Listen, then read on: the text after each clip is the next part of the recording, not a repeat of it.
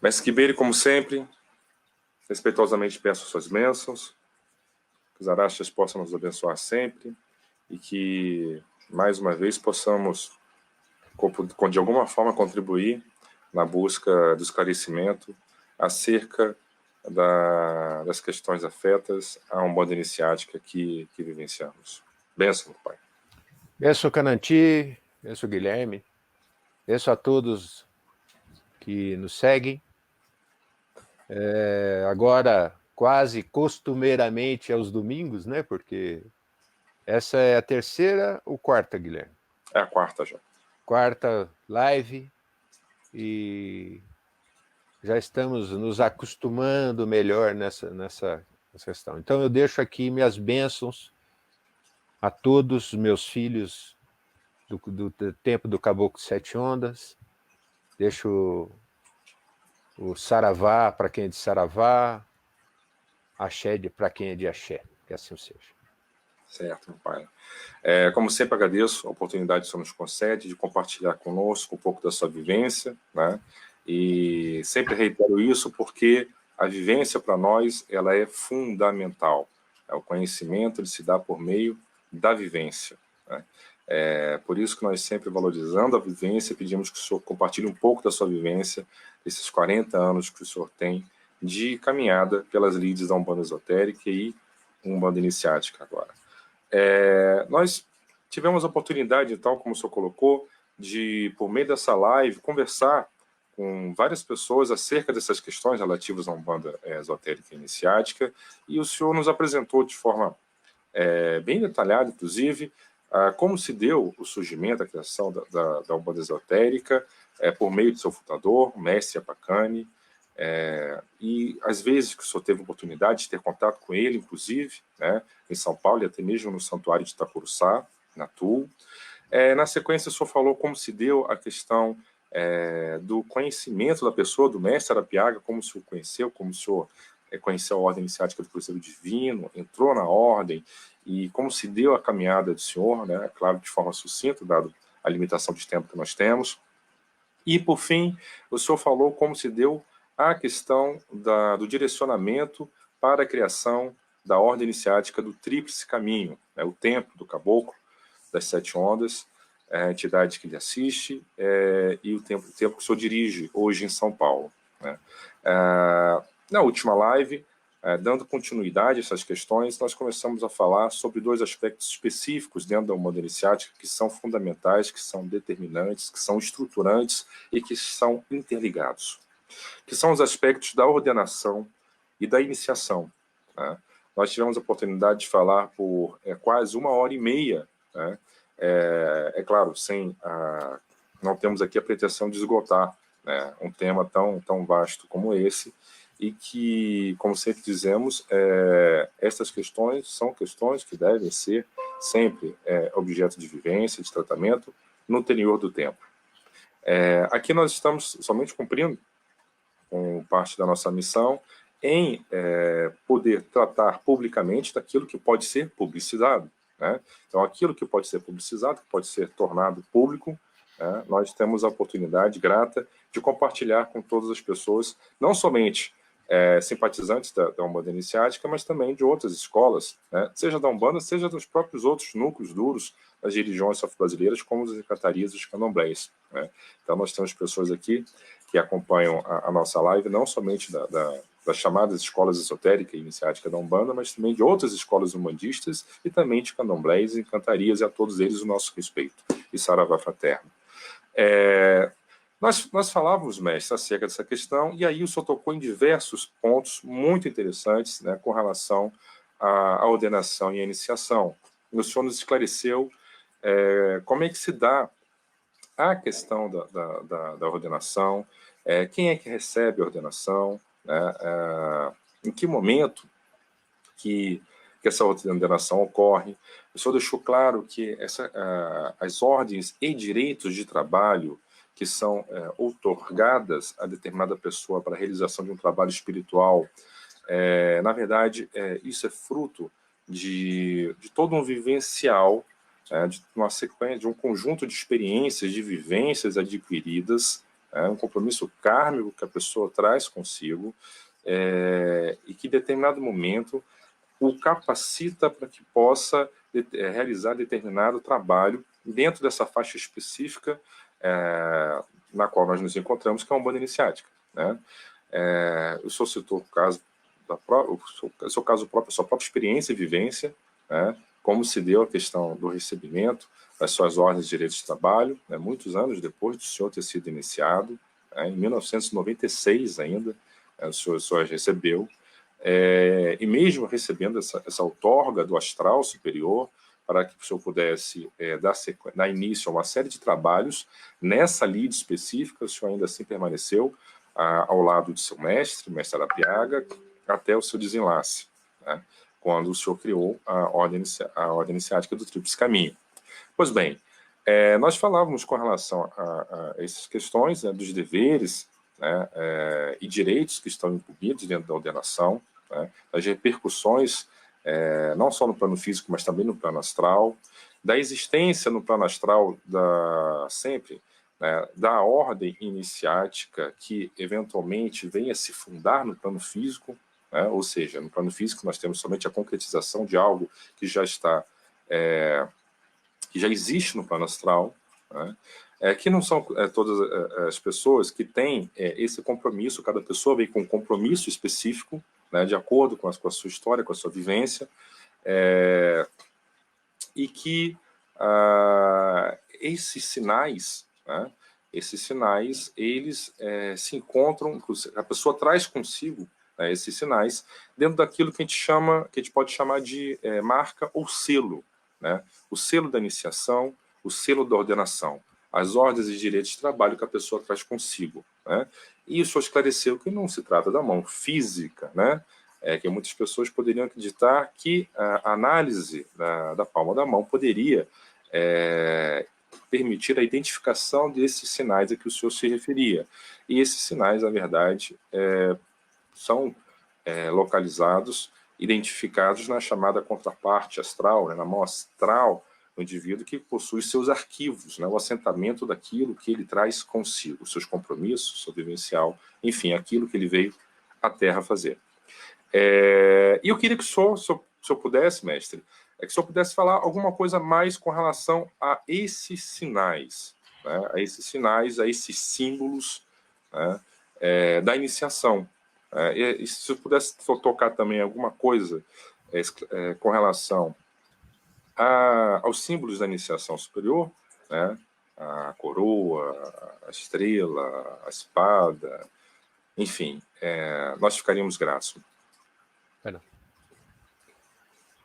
Bom, como eu falei da outra vez, a questão dos sinais e ordens e direitos que a pessoa traz na mão, eu preciso deixar claro um pouco mais esse assunto no que tange a muitas pessoas terem seu terreiro.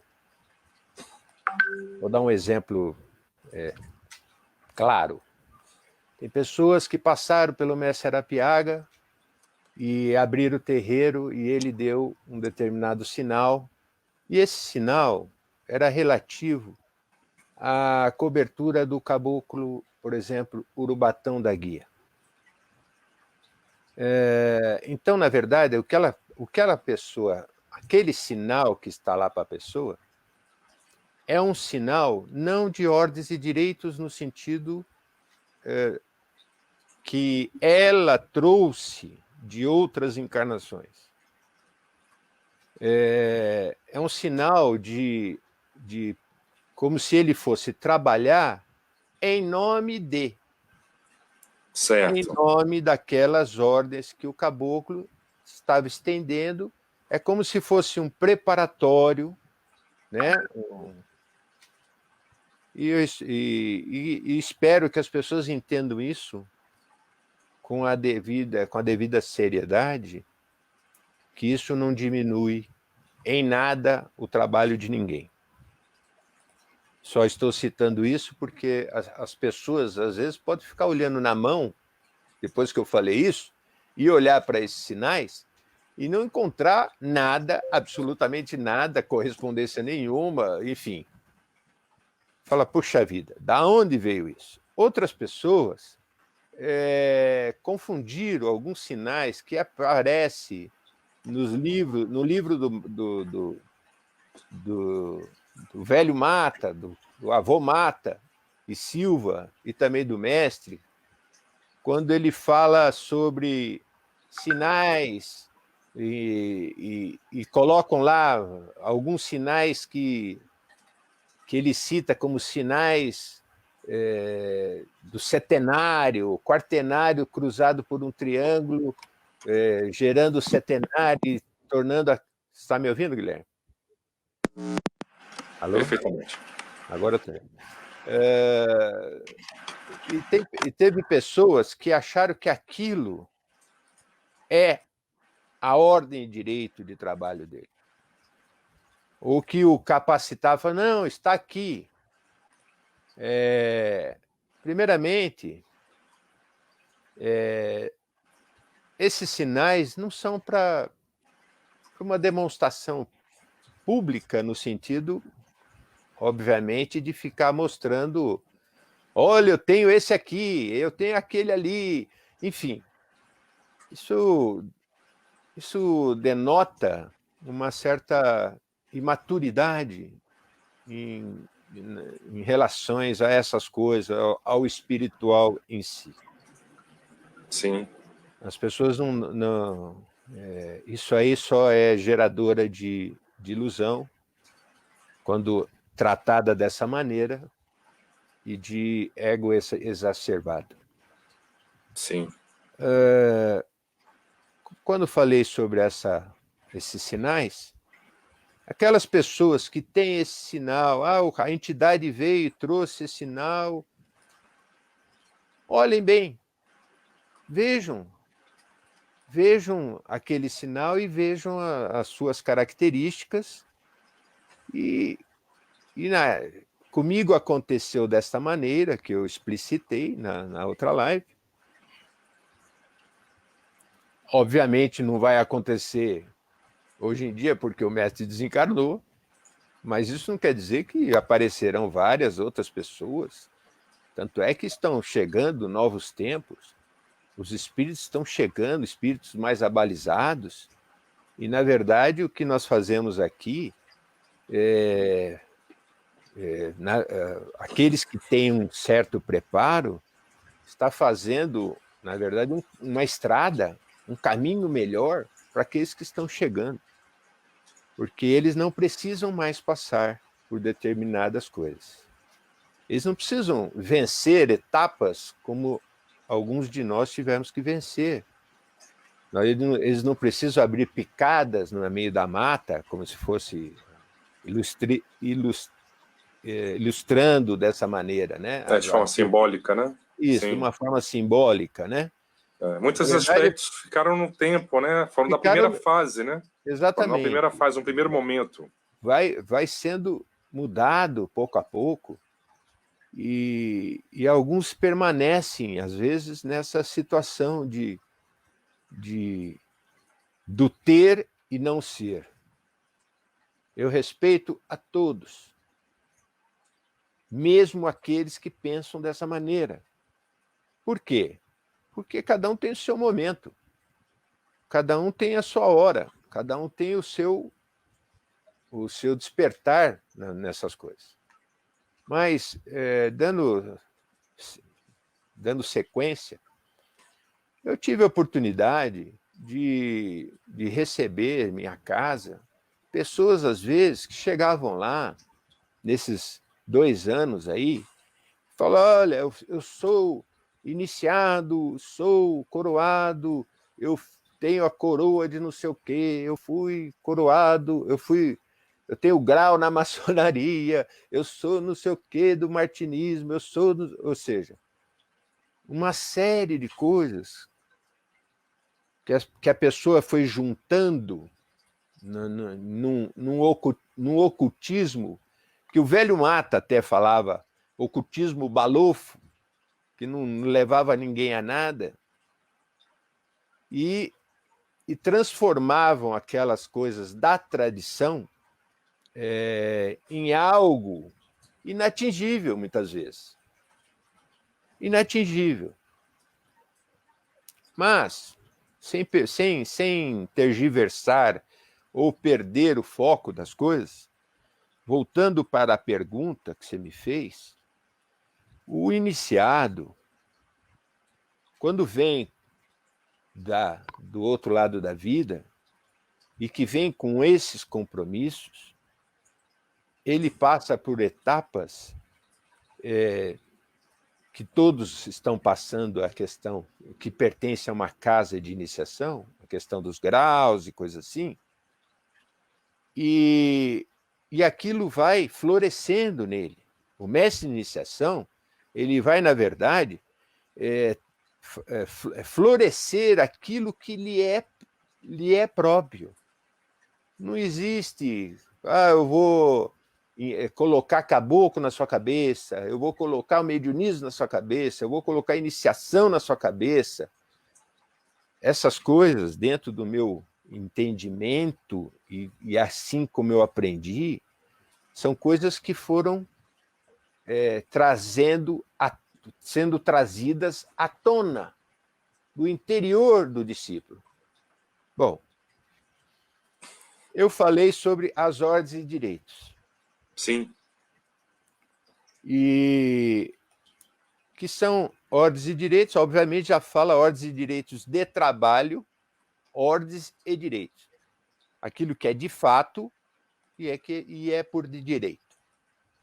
Ao chegar nesse momento, você vai atingindo determinados graus na iniciação que no 4º grau você recebe a sua cruz. Isso é interessante, então. Né? Então, a cruz, que é um dos símbolos da iniciação, ela é recebida no 4º grau, então. Normalmente, no primeiro momento das coisas da Umbanda esotérica, você recebia o primeiro grau iniciático da pessoa, era o 4º grau. Alguns depois colocaram como sendo o 5º grau, mas o 4º grau estava atrelado a determinados sinais que a pessoa receberia na sua toalha iniciática. Mas que toalha iniciática é essa, meu pai? Você podia falar. Alguns poderiam perguntar. Quando a pessoa inicia em nossa casa e iniciava, por exemplo, com o mestre, a primeira coisa, eu recebi meu nome lá, como a primeira coisa, mas o mestre Arapiaga, logo em seguida, já me deu a toalha que eu deveria fazer, que ele fala, essa aqui é a sua toalha iniciática. Aquela toalha iniciática,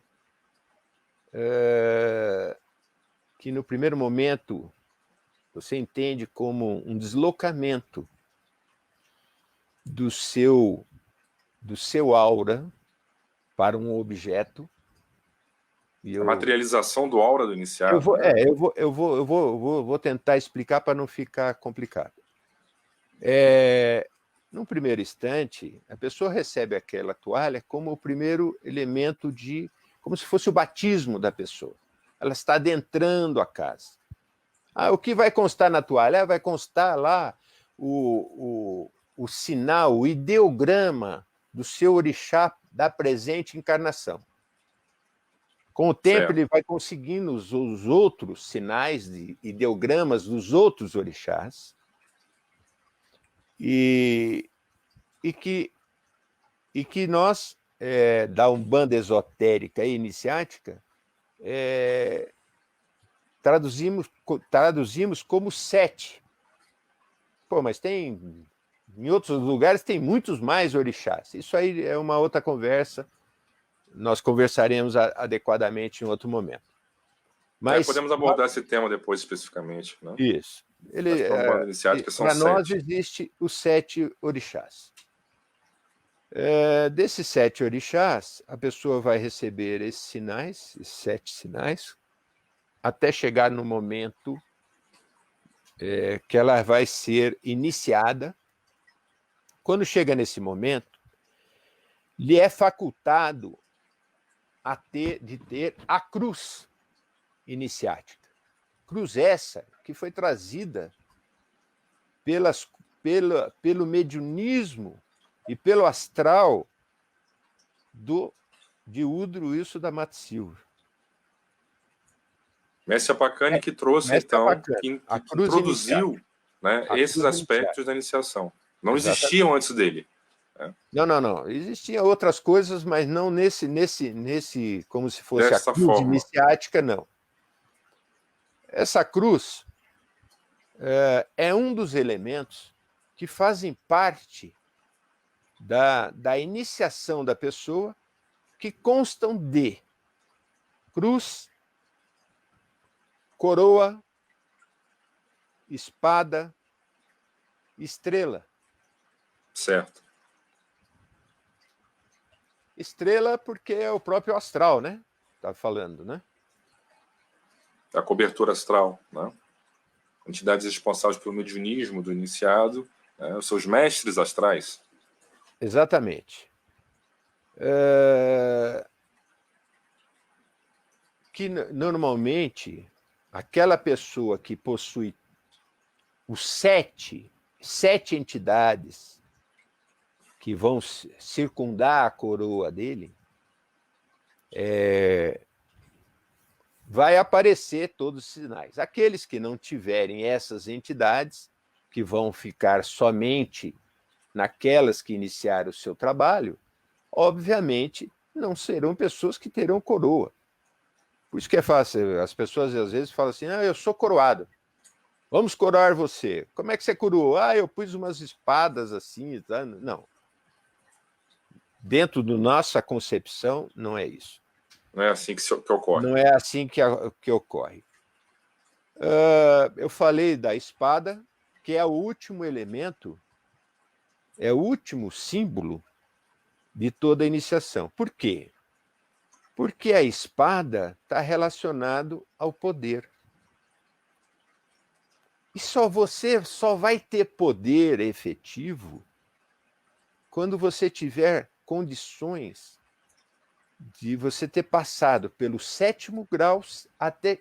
Você só vai ter a espada efetivamente quando você tiver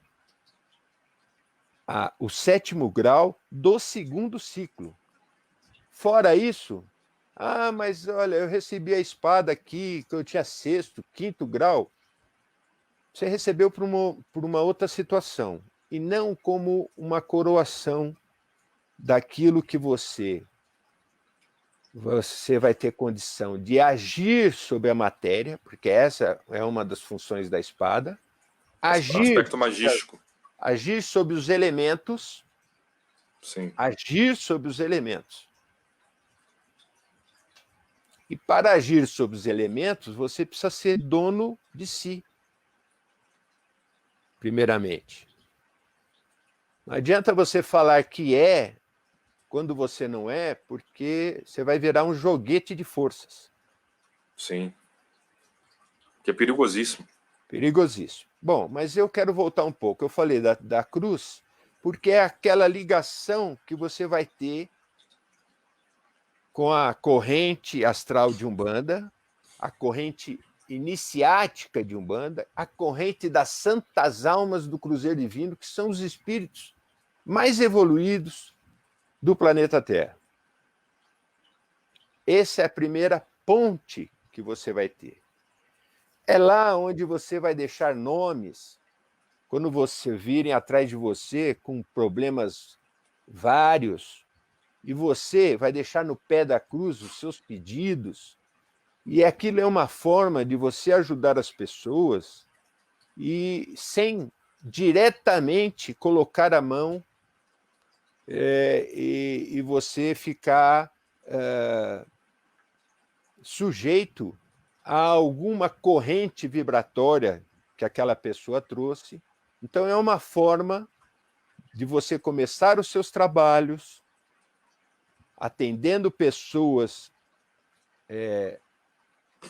com capacidade, né?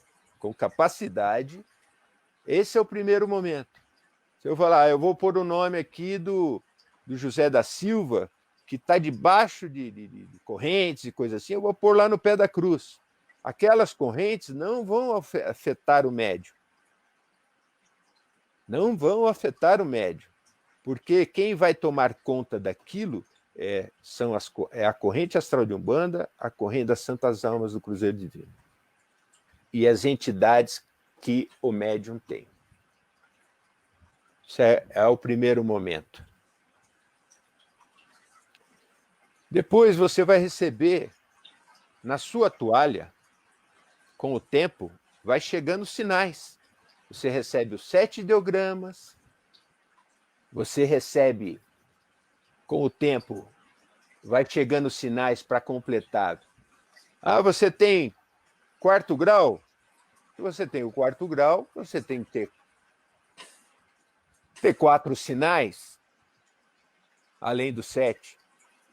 Se você tem o 5º grau, você tem que ter 5 sinais além dos 7. Se você tem 6º grau, você tem que ter 6 sinais além dos 7. Se você tem 7º grau, você tem que ter 7 sinais além dos 7. E 7 ideogramas. Isso é interessante o que você está falando. Então, se a pessoa tem o grau, ou seja, se ela traz consigo essa condição que é fruto de todo aquele vivencial que nós falamos. Exatamente. Ou seja, não é algo que é adquirido nessa vivência. Não. Isso é um processo de muitas e muitas vidas. E que a pessoa vai chegando conforme o mestre dele, ou a mestra dele, vai vendo essas coisas. Olha, você tem isso agora, chegou nesse momento, então ela vai estar capacitada a aquele tipo de atuação que envolve esses graus. Sim. Mas quando chega lá no 7º grau, perguntariam os mais apressados, mas não tem o 7º grau, 1º, 2º e 3º ciclo, e como é que fica nessa situação? Fica simples. A pessoa vai receber os sinais atrás da toalha. Então a diferença, quando chega no 7º grau... Tem sinais que vão ser colocados atrás da toalha, a toalha muda de cor, que eu não vou revelar isso aqui, porque isso é um processo iniciático. São aspectos internos. O primeiro momento é a toalha branca, o segundo momento é uma outra toalha, no terceiro momento é uma outra toalha. Sim. Isso eu não vou revelar. Vou revelar para os meus filhos que chegarem nesse momento. Nessa condição. Se chegarem. Se chegarem nesse momento, assim será passado. Isso, meu pai, é importante também, né, o senhor está esclarecendo, que se chegarem, ou seja, não é o simples fato da pessoa estar vinculada a um templo, que isso implica, essa condição implica nela atingir determinado grau na sua caminhada. Né? A pessoa vai atingir o grau se efetivamente ela já tiver atingido esse grau dentro da sua caminhada, que não se limita nessa vida, nessa jornada, mas em todas as vivências que a pessoa teve. Né? Então, cada pessoa tem uma condição específica. Né? Cada pessoa eu vou citar uma coisa que é é um momento que para mim representou muito, pois não, e que eu vou compartilhar com as pessoas que estão hoje me ouvindo. Sim, quando eu passei pelo ritual de 7º grau, o meu mestre, há muito tempo atrás, tinha me dado o ponto cantado do meu preto velho, do Pai Moçambique, que é o preto velho que me assiste. Sim, senhor. E no ponto cantado, ele falava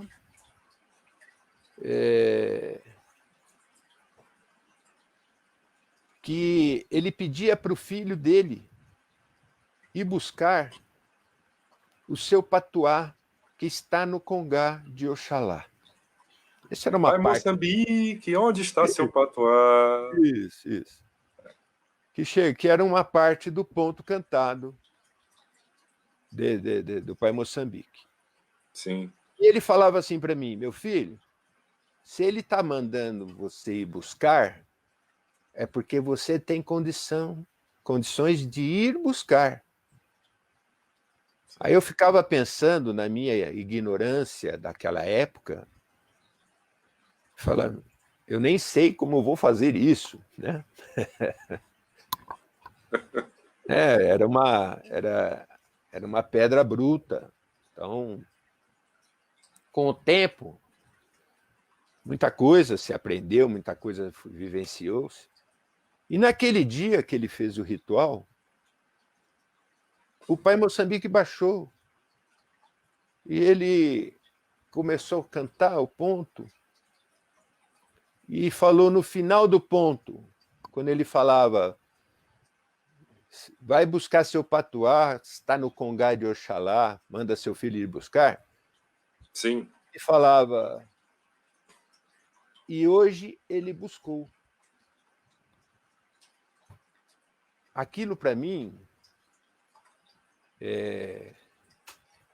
naquele momento, foi muito emocionante, porque eu sei exatamente o peso de carregar uma cruz iniciática, o peso de carregar a coroa, a espada, a estrela.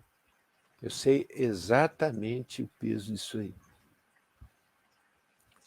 E eu vejo que, nesses processos, as pessoas, no primeiro momento, têm aquela vontade de querer tudo. De querer todas essas coisas. E eu acho justo. Primeira coisa da iniciação é você querer, ousar para algumas coisas, né? Porque você tem que buscar mesmo, vencer você mesmo, você ir atrás dos assuntos, enfim. Mas voltar aí os elementos que nós estávamos falando, A questão é o que se busca, né? E por que se busca, né? A finalidade, né? Tudo bem, exatamente. Você busca isso, você quer, mas o que você quer, né? Qual é a razão disso? Qual é a razão, né? O que você pretende fazer com isso, né? E a coroa, é engraçado, o mestre Apacani tinha, durante determinado tempo, no seu santuário Itacuruçá, ele tinha em cima do santuário a imagem do Cristo iniciado, e a coroa não é de ouro, né? A coroa é de espinhos. Era de espinhos. Espinhoso é o trabalho e a caminhada, a jornada do iniciado. Né? Exatamente. E o que representava a coroa? A coroa, se era um coroamento, a coroa representava, na verdade, a toalha do iniciado. Porque a toalha do iniciado são as coisas dele. A história dele, a vivência dele, é ele. É as coisas dele. Por isso que eu falo que a toalha é um deslocamento do aura da pessoa. Do iniciado, para o tecido, né, entre aspas. Né? A representação simbólica. Ela vai receber lá, se ela tiver, se ela for um 7º grau, por exemplo, segundo ciclo, ela vai ter 14 sinais na frente e 2 atrás. Quando chegar, se ela vir a ser um 3º grau, 7º grau, 3º grau, 7º grau, 3º ciclo, a toalha muda de cor e, com certeza, ela já está mais perto do... Ela vai estar mais perto de... Mais cristalina, digamos assim. De outras funções e funções do mundo espiritual. Está mais perto lá para continuar a sua missão lá no astral, lá na Aruanda, lá no Orum, como queira chamar. Né? E os sinais são únicos, né, meu pai? Como o senhor falou, se a toalha ela representa o iniciado, e cada pessoa é uma individualidade, né? Sim. Então, a disposição também dos sinais não se repete. Cada um tem a sua. Cada um tem a sua. Lógico que, no número grande, pode vir até... Coincidentemente, acabar, né? A questão dos orixás, dos ideogramas dos orixás, até acontecer de estarem numa mesma disposição. Mas o que vai alterar é a parte interna, né? Porque ali vai ter os elementos, vai ter os 4 elementos, vai ter o éter, vai ter o aspecto mental e o aspecto espiritual, ou seja, completando 7, com mais 7 ideogramas são 14, e com mais os sinais que vão atrás vão estabelecer lá a questão das defesas que você precisa ter. Bom, mas isso aí agora não é hora para essa adentrar análise. essas questões. Né? Quando eu falei da coroa, obviamente, esse é o coroamento. Esse é o coroamento. Ah, mas a pessoa não vai ter lá as entidades não vai ter uma madeira com as entidades e... Sim, como eu tenho lá debaixo da cruz, né? Como eu tenho da mesma coroa, se eu tenho das entidades, eu tenho de caboclos, coisa assim, eu tenho lá também a coroa com os Exus. Então, são elementos simbólicos de todo esse processo e que trazem força ao terreiro. Trazem para o trabalho. São responsabilidades. Capacitação para o trabalho. Sempre responsabilidade. Né? Sempre responsabilidade.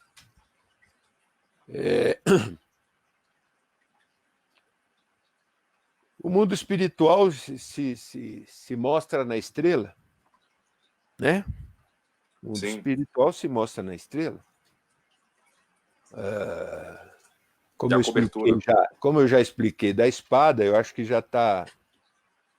As pessoas que tiverem todos esses processos na Umbanda iniciática ou esotérica, ela tem que ter todos esses elementos. Se não tiver, ainda não são. Ah, mas por que eu falei assim? Não, porque assim foi falado pelo pai Mata, assim foi falado pelo pai Rivas, o mestre Arapiaga. Não fui eu que falei, eu simplesmente sou uma sequência desses processos.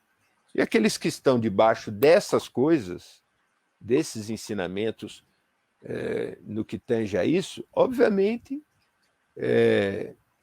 tem que ter essa concepção. Vamos lá, Guilherme. Deixa eu tomar um pouquinho d'água, que hoje está um pouco seco aqui, né? Em São Paulo, né? Mestre, é interessantíssimo o senhor falou. Inclusive, me chamou a atenção o fato, né, do primeiro dos 4 grandes símbolos da iniciação ser a cruz. Né? Não estão ligados. Quando eu falei da cruz, a questão do 4º grau, não quer dizer que, então quando eu tiver o 5º eu recebo uma outra, quando eu tiver o 6º eu recebo um outro elemento desses. Não, você, por exemplo, o Guilherme vai receber o 4º grau, vai receber a cruz dele. Ele já tem a toalha, que é a correspondência da coroa. Só que a coroa vai ser, com o passar do tempo, acrescido os sinais, né, para ela ser efetivamente uma coroa, certo? Sim. Entendeu, né? Eu acho que as pessoas devem ter entendido isso também. A coroação enquanto cobertura, né? A cobertura astral, o sustento e o amparo, né, vibratório, para que a pessoa possa, a partir dessa condição, dessa capacitação, desempenhar uma série de trabalhos, podendo servir cada vez mais. É interessante, isso aí é fundamental frisar que esses símbolos, esses elementos da iniciação, são capacitação para o trabalho em prol do próximo. Né? Então é sempre para o próximo e nunca para si. Né? Não é um processo de engrandecimento pessoal, mas de capacitação para trabalhar em prol do próximo. Então, o senhor colocava que a cruz, ela vem no primeiro momento, né? E pelo último momento, acho que achei interessante isso, né? No último momento, você tem a espada. Então, o contrário da cruz. É o contrário da cruz. Isso achei interessante, nessa questão simbólica da cruz, iniciando um processo, e da espada encerrando esse processo. Que só pode, a espada, símbolo de execução, né? Nos aspectos de movimentação da magia, ela efetivamente, até por questão lógica, só poderia vir no final, no encerramento de um processo, pois só pode efetivamente estar capacitado na movimentação, ordenação e execução de determinados aspectos da magia, aquele que conseguiu ordenar a si próprio. Né?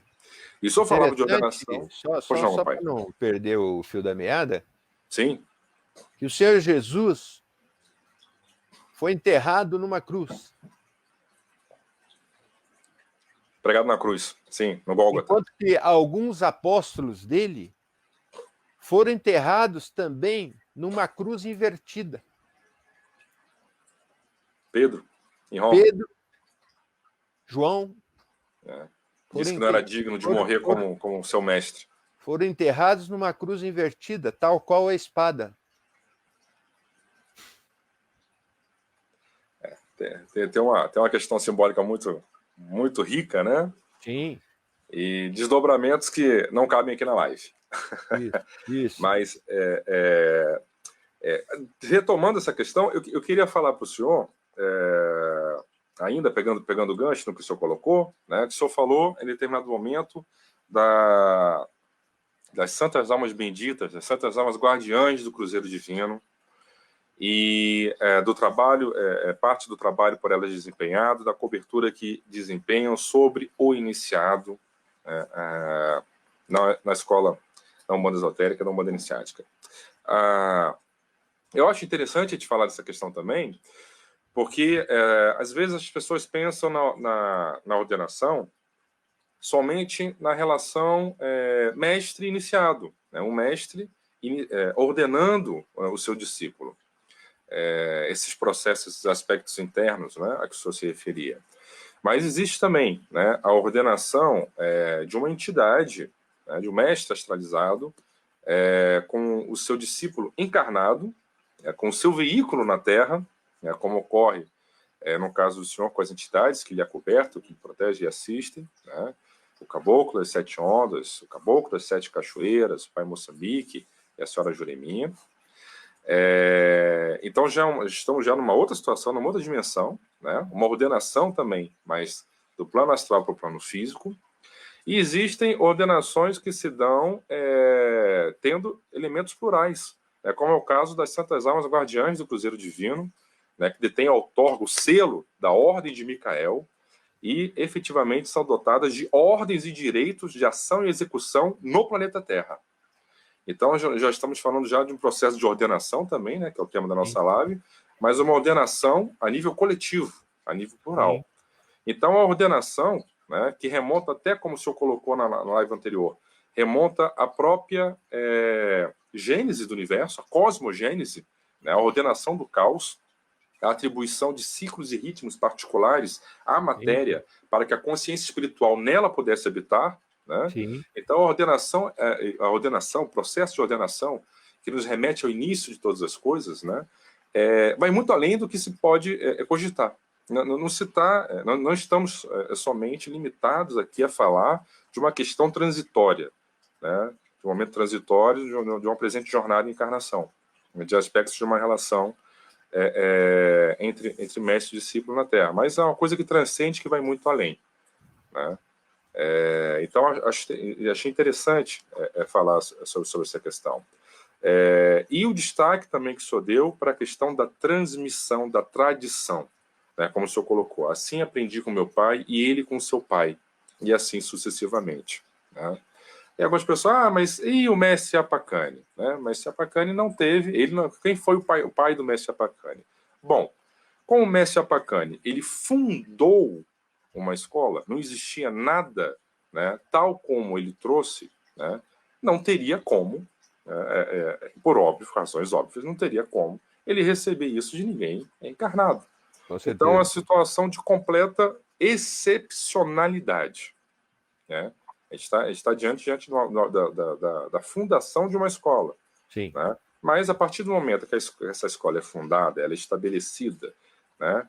E que a raiz ela gera uma árvore frondosa que cresce e dá frutos, aí sim nós temos a transmissão por meio do processo da iniciação de discípulos, né? De todo esse conhecimento, de todo esse saber, né? E da ordenação do caos. E é disso que nós estamos falando aqui nessa live, né? Nós tivemos, mestre, também uma série de perguntas que foram realizadas, né? Por meio das pessoas que participaram da nossa live, e de outras que depois nos assistiram. Inclusive, eu tenho aqui, dentre essas perguntas, né, um irmão nosso, de Minas Gerais, que não se identificou, depois eu gostaria até que ele se identificasse, né, ele falou só o primeiro nome, André, então nós não temos como saber quem se trata. Então eu queria que depois tivesse a oportunidade de falar o nome dele completo, né. Ele fez algumas perguntas, são muitas as perguntas, né, são quase 10 páginas de perguntas. Então, assim, nós não temos como responder a todas as páginas, né? 9 páginas, né? 9 páginas, né? Então, assim, não nos é possível responder a todas as perguntas numa única live, né? Mas eu gostaria de selecionar algumas perguntas para fazer para o senhor, né, se o senhor pudesse esclarecer determinados pontos. A primeira pergunta é com relação aos graus de iniciação, né? Nosso irmão André pergunta, de acordo com os fundamentos metafísicos da Umbanda Iniciática, como se dividiriam os graus de iniciação? Essa aqui o senhor já até falou, né? Que são 7 graus. Né? O senhor acabou de falar, né?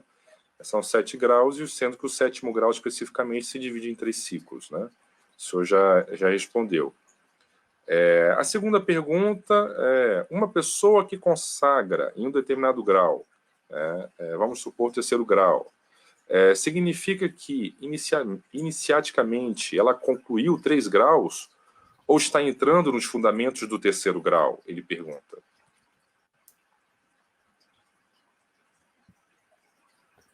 Quando a pessoa chegou no 3º grau, como ela me perguntou, né? As pessoas quando falam, olha, por exemplo, eu estou com 61 anos, fiz em março. Estamos agora em maio. Estou caminhando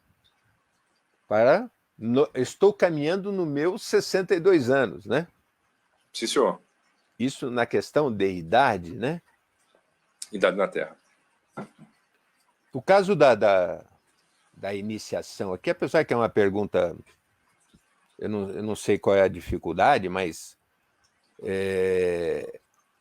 se a pessoa... eu sou 3º grau, mas já estou caminhando para o 4º, né? Isso eu acho que é uma... com perdão não desfazendo da pergunta, pelo contrário. Como é que é o nome? O nome mesmo, Guilherme? É André Carvalho. Ele, inclusive, está nos honrando com ele agora pôs o nome? André Carvalho? Isso. Ô, André, nós não vamos fazer as lives todas com perguntas e respostas, senão nós vamos perder o foco daqueles assuntos que a gente tem que falar. Mas... porque o André abordou diversos temas, né? São temas variados. É muito, né? São muitas coisas. Ele tem muitos... como ele diz, ele tem muitas reflexões, né? Sim. Mas, pelo que eu entendi, você pertence ao pessoal de Belo Horizonte, se não me engano. Eu não sei se ele pertence, viu, Canati? Não sei se eu não sei, ele não disse nas perguntas que fez se fazia parte de alguma casa específica, né? Pelo que eu entendi, ele veio através do Weber, né? Então, acho que o Weber faz parte dessa casa. Mas não é importante, eu vou responder a pergunta. A pessoa que é 3º grau é 3º grau. Quando ela for quarto grau, ela é quarto grau. Ah, eu sou quinto grau, mas eu estou indo a caminho do sexto grau. É óbvio. Estou indo a caminho do sexto grau. É óbvio. Né? Eu acho que isso não tem o que...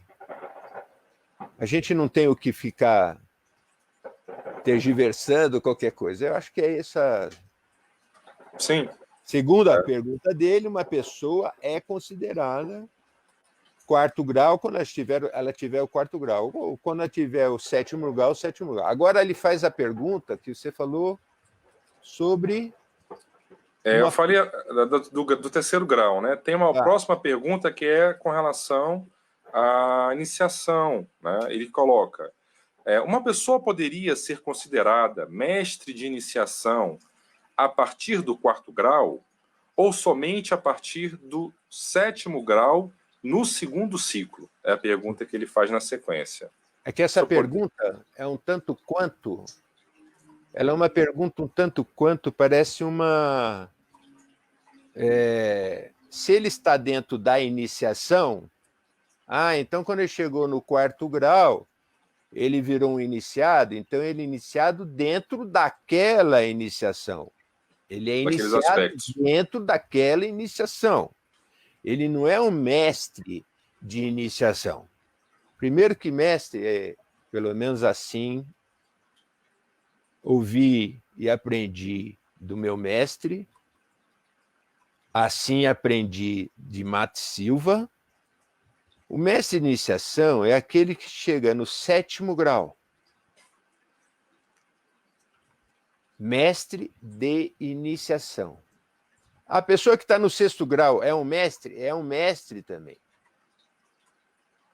Mas não de iniciação. Não.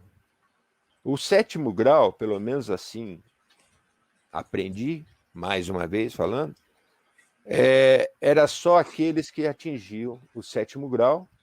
Depois vinha, quando você saía do sétimo grau do primeiro ciclo, que é o que eu acabei de falar, de mestre de iniciação, ele ia para o segundo ciclo e passava a ter algumas coisas com ele, alguns recursos com ele, que ele tinha trazido e que o mestre, seu mestre, lhe passou, das questões de magísticas, que envolvia a manipulação dos elementos, a ordenação de determinados elementos e espíritos afins àqueles elementos. Escuta o que eu estou falando. Sétimo grau, segundo ciclo, é a pessoa que tem a condição de iniciar pessoas e tem a condição de movimentar elementos da natureza. Mas qualquer um pode ir fazer uma oferenda. Não, fazer oferenda é uma coisa, levar uma oferenda é uma coisa. Você movimentar determinados elementos da natureza e seus espíritos afins, sejam eles positivos ou negativos. Positivos ou negativos. Isso é um mestre de iniciação de sétimo grau de segundo ciclo. Quando ele chega no terceiro ciclo, ele vai para uma outra situação. Essas coisas são facilmente vislumbradas quando as pessoas falam, pois, mas existe magia, psicogia, teurgia. Sim. Sim. Para os que não sabem, a magia é essa movimentação dos elementos. A psicogia é a movimentação da psique humana, além de todos os elementos. E a teurgia é quando ele mexe efetivamente com coisas divinas, da divindade. Calo-me a partir disso. Tem outros aspectos? Tem. As pessoas podem falar, não, mas tem uns que falaram às vezes escreve, não, mas tem o grau positivo relativo e superlativo. Sim, são formas de você observar determinadas coisas. São leituras, né? São leituras. Então, certo. eu acho que eu deu para responder, acho que essa... Não, ficou claro, sim, que a iniciação, segundo a nossa escola, que o senhor aprendeu, o senhor transmite, como eu não estou vendo como é que é o nome? O André? Eu deixo explicar para as pessoas. Eu não vejo a lista de quem entrou, por isso que eu não cumprimento ninguém, não falo ninguém. Parece ser até meio, né? Mas o Cananti está vendo, tem outras pessoas nossas que estão vendo e estão fazendo esse trabalho de... reiterando, agradecemos a participação de todas as perguntas e sempre que nós concluímos a live, depois nós buscamos responder com a maior brevidade possível, né? E agradecendo a todos que nos mandam as suas perguntas. Eu vendo aqui o papel, viu, Cananti? Pois não, meu pai. Ele fala, só para não perder o fio da meada, sim, ele senhor. Fala em 7º grau do primeiro, segundo e terceiro ciclos, ao todo seriam 21 graus? Não. Não. Não. São 7. São 7. Tá. Ele pergunta também, mestre, só mais uma pergunta, né? Porque senão... Não, cara, eu queria pedir desculpa, é que eu vou tomar a liberdade de distribuir, né, as perguntas porque senão, entre as nossas lives, porque senão nós não conseguimos dar a sequência. Pula em São Paulo e conversa comigo pessoalmente.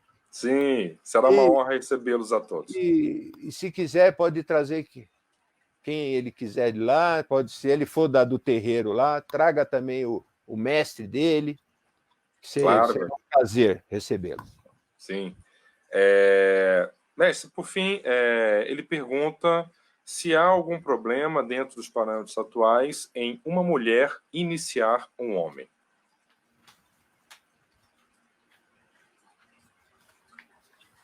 Pergunta do nosso irmão André Carvalho.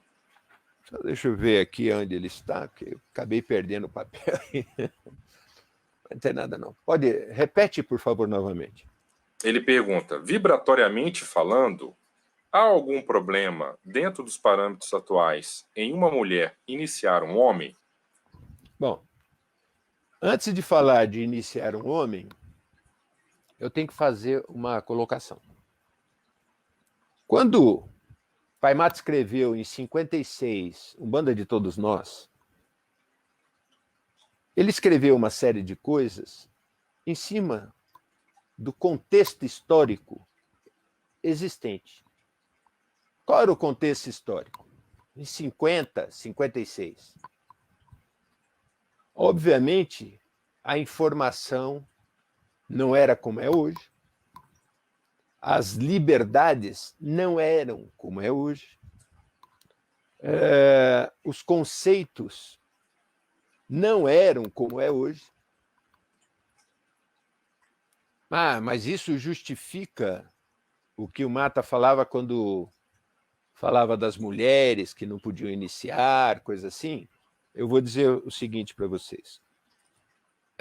Uma das coisas que ele citava, ele falava sobre a mulher não podia pôr a mão na cabeça do homem por causa da menotoxina.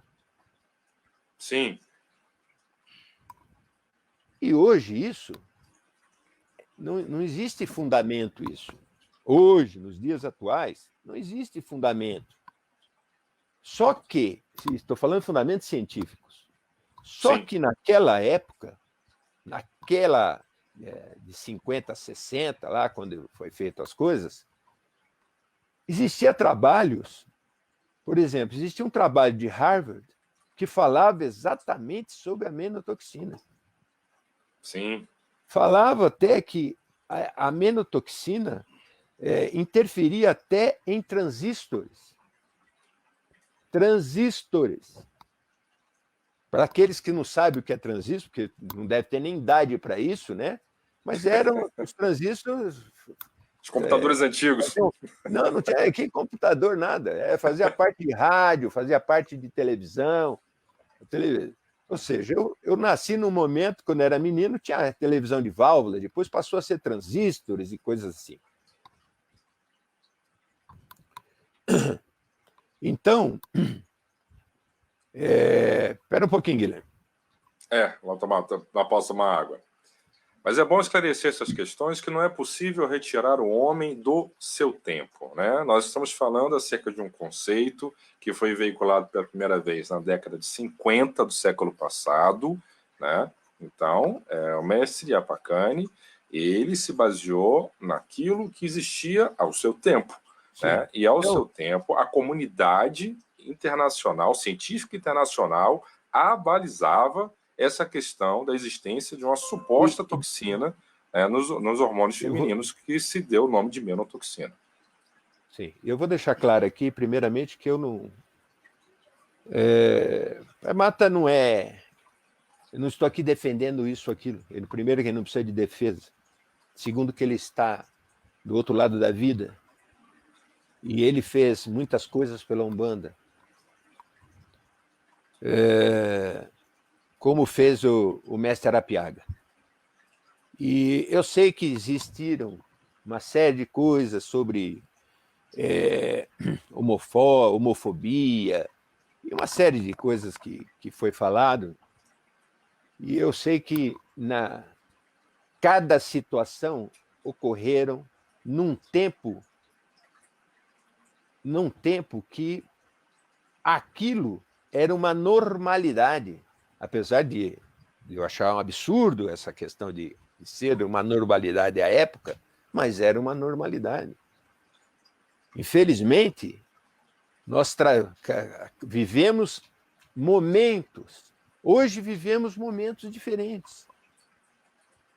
Apesar que as pessoas insistem hoje em dia de querer voltar num tempo... Andar para trás. Andar um pouco para trás. Nós precisamos ir para frente. Que nem caranguejo. Exatamente. Agora, voltando à questão de ordenação de mulheres, se enganam que o mestre Apakani, o Mate Silva, não iniciou mulheres. Existe essa conversa também. Iniciou, né? Sim. Que ele era contra a iniciação de mulheres. Tinha o terreiro. E isso não é verdade. Existia, sim. Como o mestre Arapiaga iniciou mulheres também, sim, que tem terreiros, e hoje a esposa dele é responsável pelas coisas das coisas de Itanhaém, de todas as coisas lá de Itanhaém. Enfim,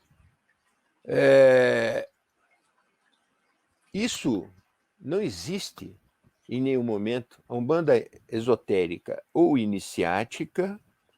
Qual foi a pergunta? Eu não me lembro a pergunta, porque eu não tenho aqui o papel. A pergunta, mestre, dele foi, vibratoriamente falando, há algum problema dentro dos parâmetros atuais em uma mulher iniciar homem?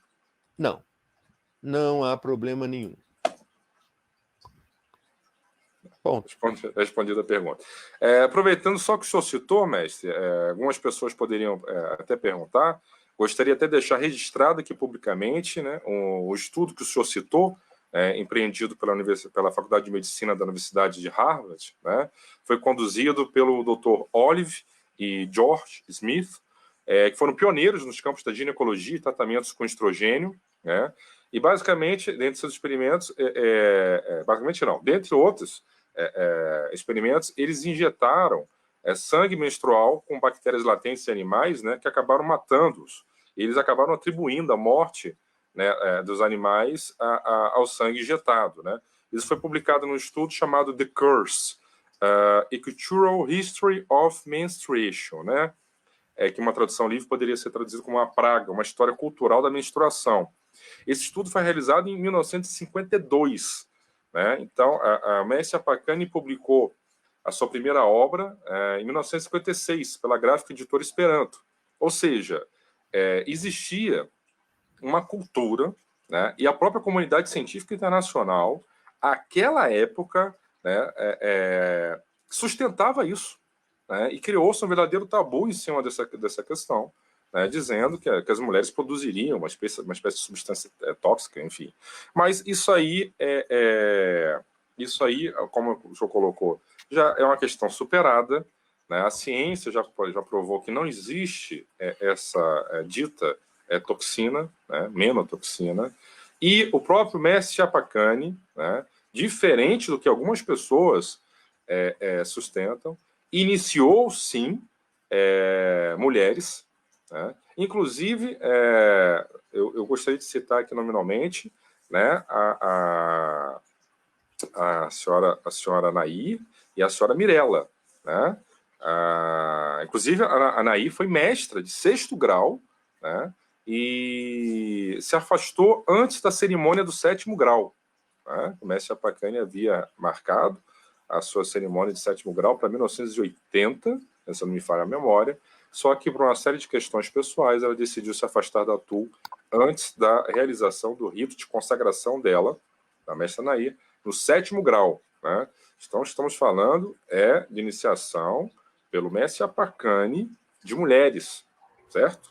Para aqueles que acreditam que o mestre Chapacani tinha algum tipo de problema com mulheres e não iniciava mulheres. Né? Isso, a Mirella Faur, né? O André Carvalho está falando aqui no nosso chat, exatamente. Né? Ela foi uma, né, das mulheres que...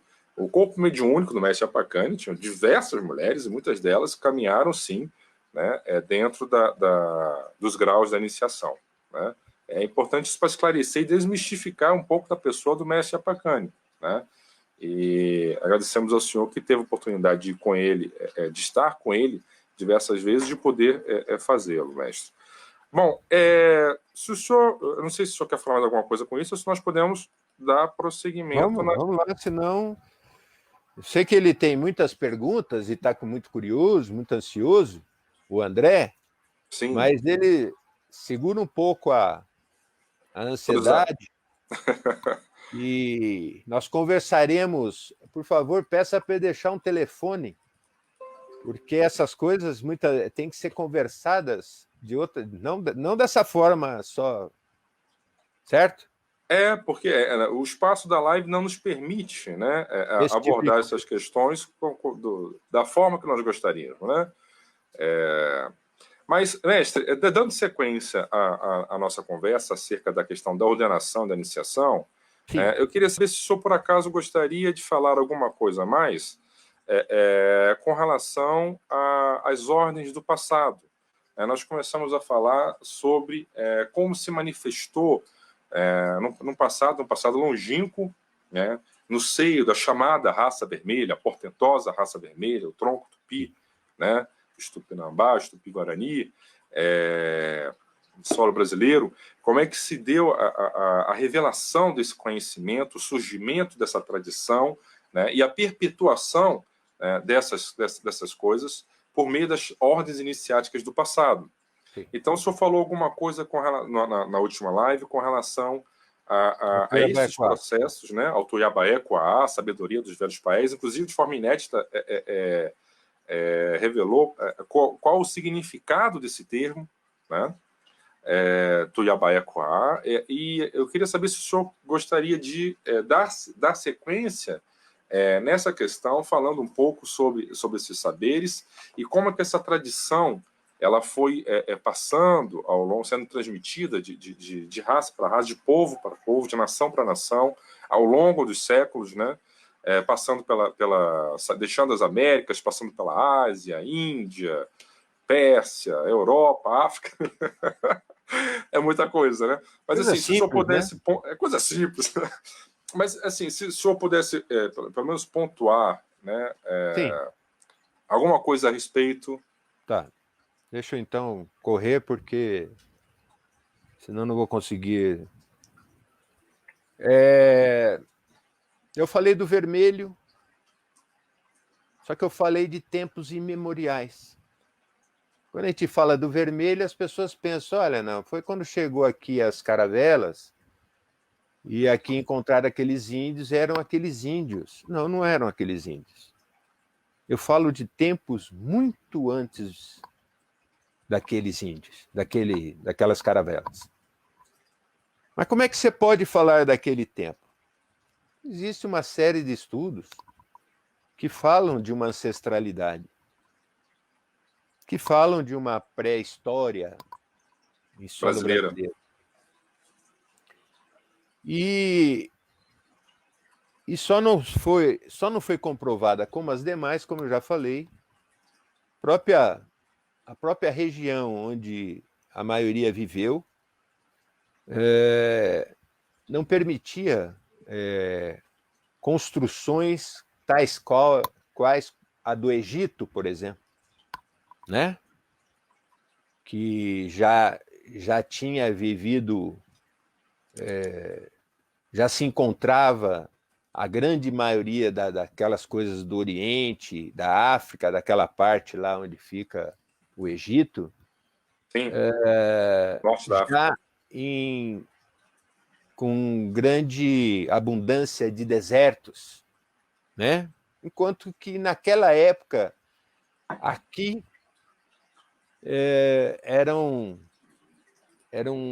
locais de muita vegetação, e num determinado instante se afundaram e ficaram, e não foi possível ter mais documentação do que se teve até hoje. Cataclismas naturais, né, que se abateram sobre aquela coletividade. Tanto é que os indícios mais antigos do homem brasileiro, do Homo brasilensis, vamos falar assim, ocorreram no Piauí, por exemplo. Com a pesquisadora Niede Guidon, inclusive. Isso, exatamente. Poderia ter, dentre outras, né? Mas a professora Beltrão, da Unicamp, que realizou um trabalho maravilhoso, né? Sim. E que questiona, inclusive, as teorias existentes, né, da ocupação do território americano. Né? Teorias europeias que já eram questionadas por Lund, quando, nos seus trabalhos da Lagoa Santa, nas cavernas da Lagoa Santa, em Minas Gerais, Sim. os seus trabalhos no Planalto Central brasileiro, não era do interesse da ciência, né? Sempre eles querem manter aquela hegemonia, né? Sim. Hegemonia do saber, ou seja, o branco deveria saber tudo.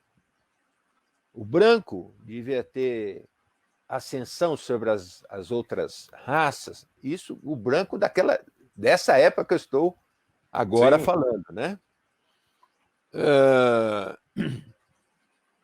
Mas vou pular um pouco essa parte, porque se nós acreditamos, pelo menos acredito que as pessoas que estão vendo a nossa live acreditam numa vida pós-morte, numa continuação do espírito, que o espírito é eterno.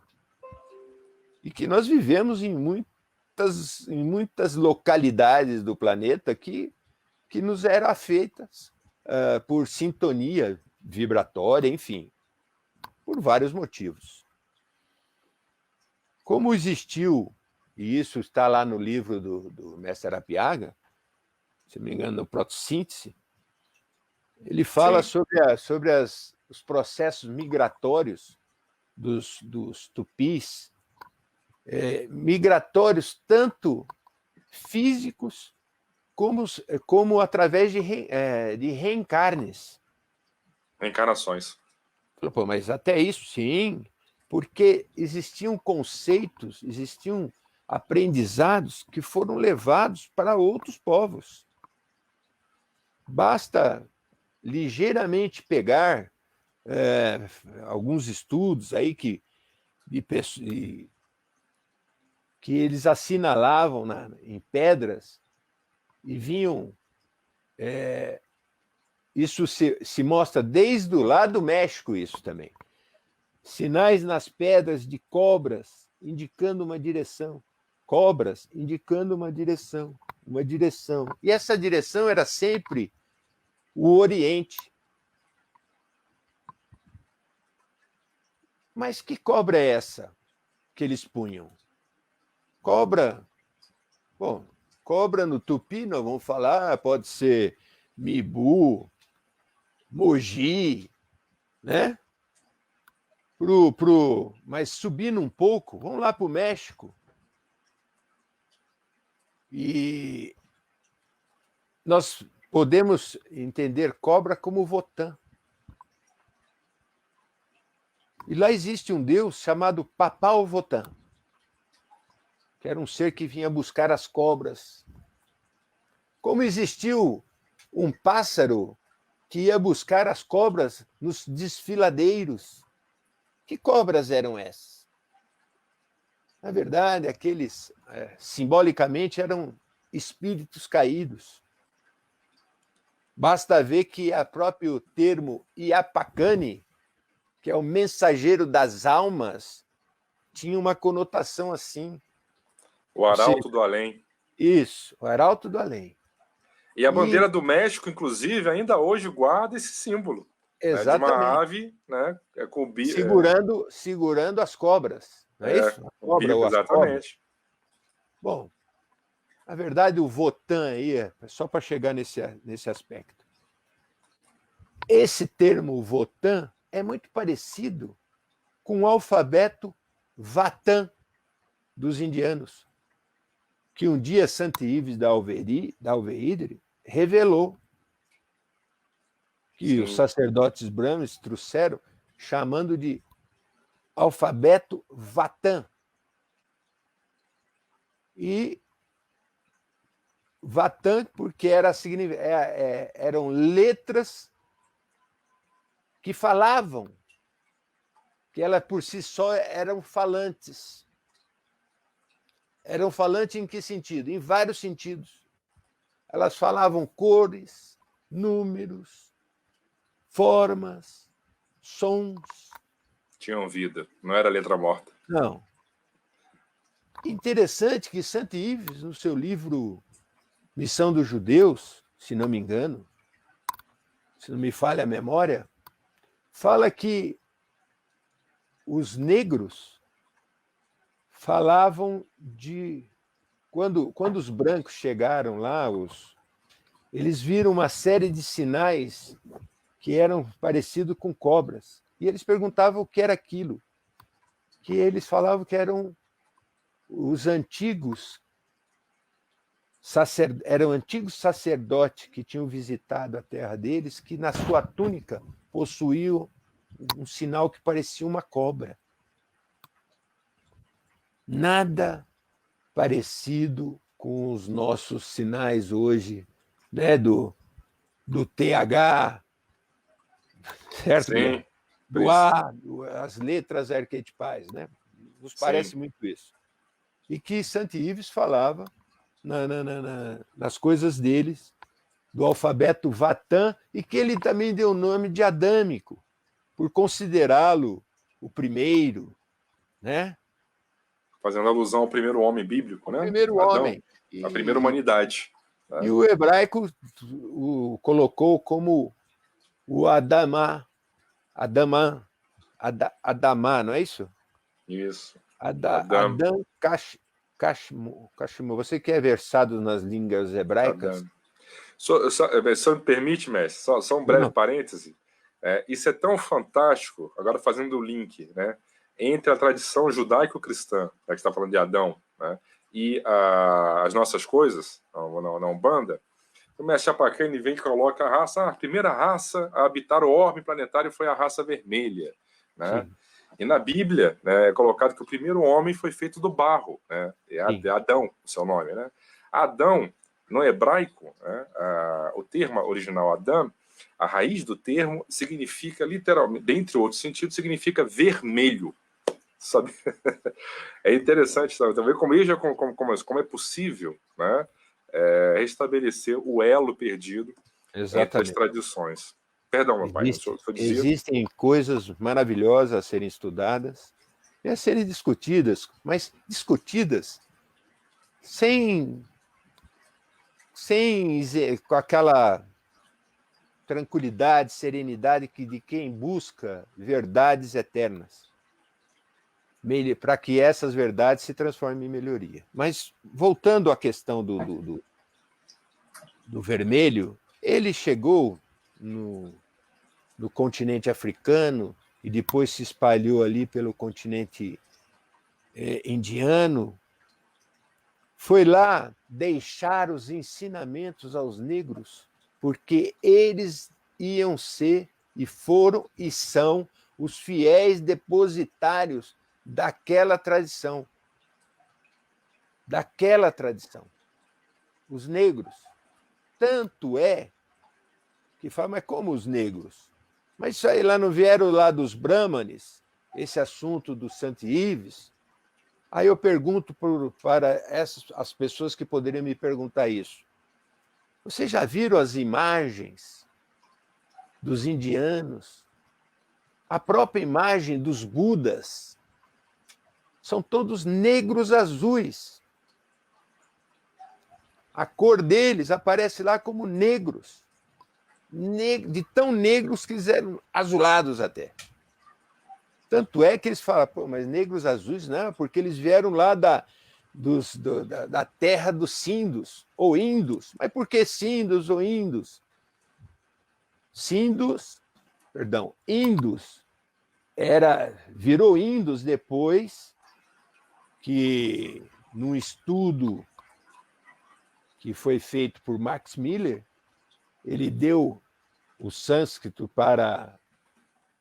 ele foi traduzir o sânscrito com as línguas persas, porque era mais aproximada. E ele viu que Sindos, em vez de colocar Sindos, ele colocou Indos. Aí virou indiano. Ainda tem índigo, né? A cor é índigo. Índigo da árvore, que é tirado, né, aquela cor azulada que eles fazem, o jeans, essas coisas, né? É porque era preto azulado. Preto azulado. Mas o que isso tem a ver? Isso tem a ver que a humanidade não surgiu de uma determinada época europeia para cá. O saber não existiu de uma determinada época europeia para cá. O saber já existe há muito tempo e foi passado. Tanto é verdade que muitos brancos que foram aprender, que são expoentes, né? Por exemplo, na Grécia, por exemplo, Pitágoras foi aprender com os negros do Egito. Platão assim também o fez. Então, esse povo foi aprender com os negros uma série de coisas para depois levar lá. A filosofia grega. Hoje se fala na filosofia do negro. Porque a filosofia surgiu nessa época. Na verdade, ela surgiu a partir do momento que a pessoa se perguntou por quê. Na verdade. Nós não podemos falar assim, olha, surgiu a partir do branco. Então ele pensou por que disso, então surgiu a filosofia. Né? Seria até ridículo pensar uma forma assim. Mas, Guilherme, Caranti, pois não. Nessa época do Egito, onde existia a supremacia do negro, e que, curiosamente, o Saint Yves d'Alveidre, em Missão dos Judeus, fala dos faraós, gozado que, e faraó, ou faraó significa dragão, né? Para aquele povo, naquela época. E que, com o tempo, virou faraó, que era o dirigente E que o mestre Arapiaga fez uma analogia também com Ifaraó, com as coisas do Ifá. Que era óbvio, se era do negro, se era do negro, que nós estávamos falando, nós estamos falando de um negro também, tal qual falávamos do vermelho, de um negro que tinha uma base enorme de conhecimentos, né? não aquele negro escravizado, vilipendiado, aquele negro que foi tirado tudo. Você não está falando do século XVI, né? Não. Em que se deu o início do processo escravagista e a migração. Acham até que a libertação dos escravos foi o ápice, Rainha Isabel, não sei o quê, lá, Princesa Isabel. Gente... Estou falando do momento da raça negra muito anterior. Muito antes. Eles possuem um conhecimento extremo e cabalístico. Eu respondo a eu queria que o senhor falasse, porque teve um questionamento, né, meu? Um irmão meu falou sobre... O irmão do senhor, com relação à questão da cabala egípcia. A cabala egípcia, Eu acho que seria uma oportunidade, talvez, de esclarecer essa questão. Só lembrando, o que vem a ser essa cabala? Só lembrando que a questão da cabala está muito atrelada às coisas de Moisés, né, das coisas dos judeus. Porque normalmente se fala em cabala hebraica, né? Por isso que faz essa alusão com Moisés, né? Só que Moisés, antes de mais nada, eu falei lá, ele foi um sacerdote que foi uma pessoa que, num primeiro instante lá, como falam as escrituras, ele matou um soldado egípcio, se refugiou em Midian, não foi isso? Sim, está no livro de Êxodo. E lá ele conhece um sacerdote de nome Jetro, que era negro, e tem uma filha chamada Séfora, e casa com ela. Jetro ensina Moisés os aspectos da tradição, os aspectos da magia. E, na verdade, passa ele, Moisés, a fazer parte dos ensinamentos do templo de Ísis. Tanto é que a história dele, o mito, fala que ele nasceu das águas porque foi lançado pela mãe, e ele foi parar na mão lá da família do faraó. Lá, faraó, assim, é isso? E cresceu na corte do faraó. Ele surgiu das águas e coisa assim. Na verdade, o termo Moshe, que é o nome de Moisés, ele é escrito, se pensar assim, portuguesado aqui. Moisés, não, mas em hebraico é Moshe mesmo. Em hebraico é Moshe. O pessoal fala Moisés aportuguesado, mas o nome dele é Moshe. E Moshe com apóstrofe no M. M apóstrofe Oshi.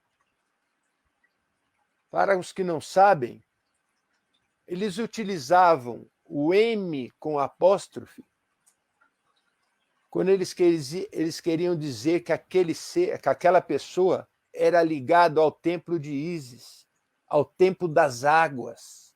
Tanto é que é o M de Mariá. É o M de Mariá.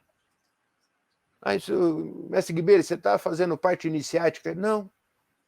Estou ilustrando aquilo que eu estou falando para ficar de fácil entendimento.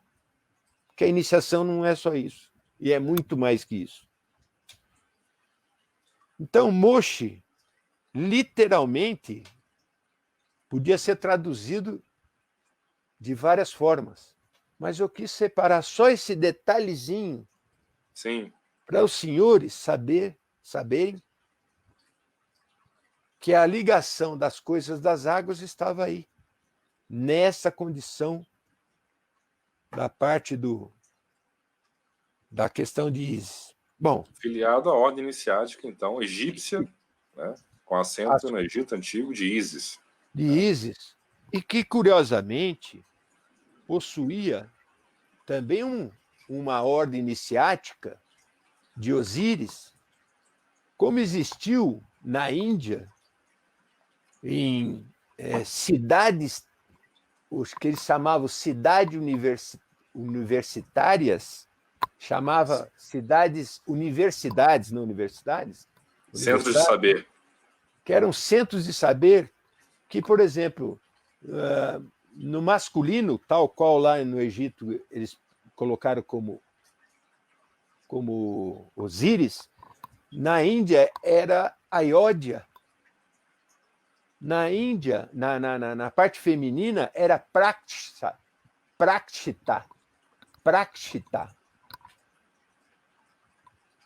Era universidade masculina e universidade feminina. Mas isso foi um momento já depois. Por que esse momento depois?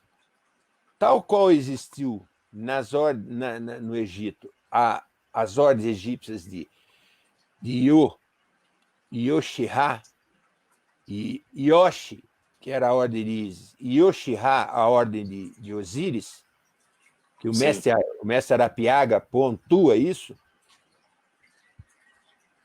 Na Índia existiu essas cidades, mas que foram fundadas posteriormente ao advento das coisas dos arianos. Mas que arianos? Os ários, o povo ário, que historicamente, cientificamente, eu não sei quanto tempo já estamos falando aqui, mas eu vou procurar reduzir o tempo. Já estamos com 1h30 já, mestre, mas bom, vamos concluir com calma. Eu vou concluir isso aqui. Vamos concluir com calma. E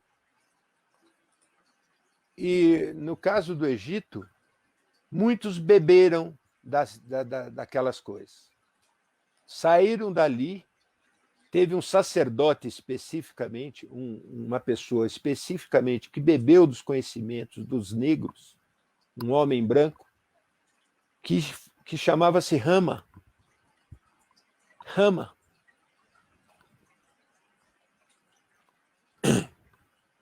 E que voltou para a sua terra. E isso eu falei na outra live, eu acho. Não falei, você mencionou, né? Inclusive, só falou de Krishna, de Arjuna, né? Falou sobre sim, como é bonito, como é belo, né? Os cantos. Vou pular um pouco isso, né? Vou pular um pouco isso, porque isso aí é uma coisa muito alongada. Porque o Mahabharata fala exatamente sobre essas conquistas, né? Do povo. Exatamente. Vai aparecer nos épicos indianos. Os épicos indianos. Essas lutas. Quando os brancos chegaram na Índia, especificamente os arianos, ou os ários, que eles chamavam assim, e que eles falavam que eles tinham surgido no Irã, né? A verdade foi aquilo que... E de lá eles partiram para a Europa, para a Alemanha, para a Inglaterra, enfim, para aqueles locais. A história é essa, é a que é contada. Mas, voltando lá, os arianos lá na Índia, eles encontraram cidades que eram também cidades extremamente antigas. Uma chamava-se Harappa, ou Harapá, e Mohenjo-Daro. Sim, são famosos sítios arqueológicos na Índia. Sítios arqueológicos de cidades de conhecimentos que eles tinham lá, na parte de olarias, de feituras de tijolos, olaria de tijolos, né? De telhas de tijolos. E a história falava também de determinadas ferramentas, inclusive as escavadeiras helicodais, que eles extraíam os sedimentos para produzir os tijolos e coisas assim. Só para mostrar isso, que eram cidades já já de muito tempo. E lá, quando chegaram, possuíam o deus Indra, que era um deus único. Depois, com o tempo, Indra virou as coisas divinas para eles, passou a ser Shiva, Vishnu e Brahma. No primeiro momento, e depois uma nova concepção do sagrado surgiu. Aconteceu, né? Em vários locais, sim, esse aspecto. Existiram cidades que Rama fundou, que ele chamava de cidades-estados. Jerusalém era uma delas. Que tem um termo, até bonito o termo em hebraico. Yerushalayim. Yerushalayim. É a jurisdição da paz. Isso. Que foi, Paz do que, por Cordeiro. incrível que pareça, é uma jurisdição que é de muita guerra, né? Porque só lá já foram destruídos 7 vezes a cidade e reconstruído novamente, né? Por causa de guerras. A profanação do sagrado. Exatamente. E em vários locais existiram essas cidades-estados, porque Rama estabeleceu uma série de ensinamentos e, inclusive, até a questão do estudo, a questão iniciática existia. Existia a Universidade do Povo, existia a Universidade dos Deuses e a Universidade de Deus. Basta ver que o próprio Cristo, quando foi perguntado se ele era filho de Deus, ele não negou. Ele era filho de Deus. Agora, não se sabe se ele falou se era um iniciado desses ciclos esses ciclos ocultas, Essas ordens iniciáticas, né? essas Você ordens pertencia, iniciáticas, você pertencia a recebeu ele. essa tradição. Exatamente, eu acredito que sim. E tudo isso pode parecer para alguns uma ficção, pode parecer. Mas existem livros e livros a serem estudados. Mas qual é o livro? Tem gente que me perguntou, podia estudar qual é o livro? Tem livro do Santo Ives, vários. Todas as obras do Santo Ives, obras de Fábio de Oliveira e obras de outros grandes autores daquela época, da antiguidade, e que falavam disso, e que pararam de falar porque era um outro momento. Hoje vivemos um outro momento. Sim. Você quer perguntar alguma coisa, Guilherme? Eu queria... nós já alcançamos 1h37, né? Eu sei que é cansativo, não só para quem nos assiste, mas para a pessoa também, né? Já forçando a voz, e parece que o clima está um pouco seco aí em São Paulo, mesmo tomando água, né? A gente vai chegando um pouco, é um processo desgastante, chega um pouco ao nosso limite. Então, eu acho que a gente poderia concluir, né? Se o senhor me permitisse, eu acho que disso tudo que o senhor abordou, que o senhor falou, nós podemos dizer que a criação, a fundação de uma ordem iniciática, de uma casa de iniciação, né? Ela vai muito além do que o simples, um mero desejo de uma pessoa, de querer, não, quero ter uma casa, né, uma casa de iniciação. É uma coisa que transcende a isso, né? Nós falamos aqui, as ordens, desde... você falou de um passado muito remoto, muito antigo, muitos e muitos séculos atrás, né? As ordens, elas sempre se colocaram na humanidade como verdadeiros fiéis depositários de uma tradição, de uma lei cósmica, né, que nós chamamos de a protossíntese cósmica, né, que se traduz pela sabedoria, pelo amor integrais, pela ação positiva, né, que busca atingir esse estado, esse grau de consciência. A iniciação, ela é o caminho, né, o retorno ao início, à origem, né, do espírito, né. A vitória é sobre a ilusão e sobre todos os aspectos, né, que isso traz.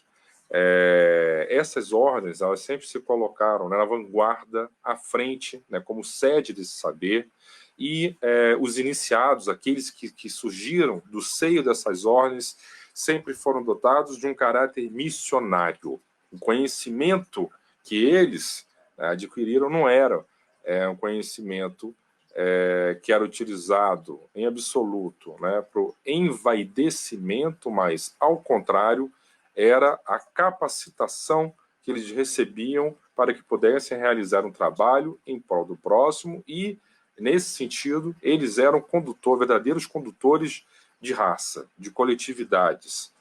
Eles adaptavam, eles modulavam o conhecimento que eles recebiam dentro da sua casa de iniciação, da sua ordem iniciática, à coletividade dentro da qual eles atuavam. Então, eram verdadeiros reformadores, né? Poderíamos citar aqui Rama, Krishna, Forri, Abraão, Moisés, Buda, Pitágoras, Confúcio, Sócrates, enfim, todos eles prepararam, né, o advento do Cristo planetário e, enfim, cada um dentro do seu contexto histórico, social, político, econômico, enfim, empreendeu uma série de reformas que buscam aprimorar, né, cada vez mais a humanidade, aproximando-nos, né, do conhecimento cada vez maior da realidade do espírito, né? E eu acho que essa caminhada, né, que todos nós fazemos, cada um por dentro, tem algumas pessoas que são mais afins às artes, outros têm maior afinidade com a religião, né, como nós, outros estão por dentro das ciências, né? Enfim, outros pela filosofia, mas independente da porta do saber, né, todos nós estamos caminhando, e essa caminhada, essa jornada, né, de conhecimento, de percepção, que nós chamamos de a jornada do iniciado, né, a iniciação, ela tem por base uma doutrina, né, que é a doutrina do tríplice caminho, né, da triunidade cósmica que o senhor já mencionou, das doutrinas do Tantra, do Mantra e do Yantra, né? E com base nessa doutrina, nesse conhecimento, né, que é nesse tríplice caminho, que a unidade do espírito, a integridade e a rigidez do espírito é restabelecida. Aí os males são curados, as doenças são vencidas, a ilusão é destruída. Então, eu queria já deixar, né, um convite para todos aqueles que nos assistem para poder participar da nossa próxima live, domingo que vem, na qual nós pretendemos falar um pouco acerca dessa questão da doutrina do tríplice caminho, né? Das doutrinas tântrica, mântrica e yântrica, sustentadas, defendidas e vivenciadas pela ordem iniciática do tríplice caminho que o senhor dirige.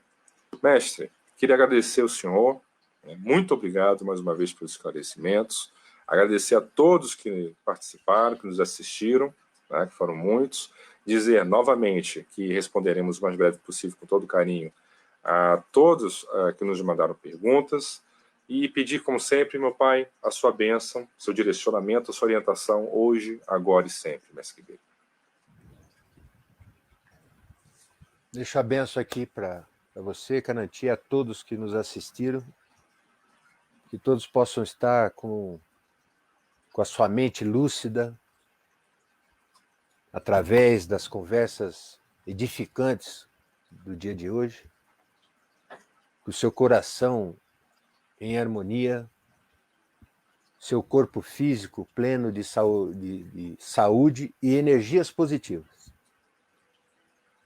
Hoje vivemos, devido a essa situação de pandemia, situação difícil no aspecto, nesse aspecto de doença, no aspecto político, no aspecto econômico. Hoje vivemos momentos de sombra. E todos têm que estar devidamente escorados nas suas coisas, nas orações, nos pedidos, naquilo que acreditar efetivamente, independente do que for, porque nós estamos vivendo um momento de transição extrema. E tudo para ser mudado, muitas vezes, tem que sofrer forças antagônicas. Então eu espero que todos, independente daquilo que praticam, que o façam melhor, mas o façam em busca da melhoria de si mesmo e da melhoria do seu próximo. Porque o mundo nunca, em nenhum outro momento, precisou tanto desta ajuda de você para o outro. Hoje falamos de algo que está aqui no bairro, está na cidade, está no estado, está no país, está no mundo inteiro, de verdade. Então, essa questão sanitária é muito importante. Se eu falasse, vamos ficar em casa, aqueles que puderem ficar em casa, que fiquem em casa. Não saiam e não dê oportunidade a essas coisas do vírus, desse coronavírus, tem um nome específico, Covidus, não é isso? Não é isso, Guilherme? Covid-19? Covid-19, perdão. Então, vamos utilizar da asepsia necessária. Ah, mas, mestre, suas lives, o senhor normalmente não fala. Não, eu falo sempre essas coisas. Vamos buscar essa situação de melhoria e pedir para o mundo astral superior, para as santas almas do Cruzeiro Divino, que abençoe a todos nós e que nos livre dessa condição nefasta o quanto antes. As bênçãos a todos, muito obrigado pela paciência, muito obrigado por nos ouvir. Bênção, mestre Seranoã, a todos os irmãos, luz na mente, paz no coração. Até mais. Até mais.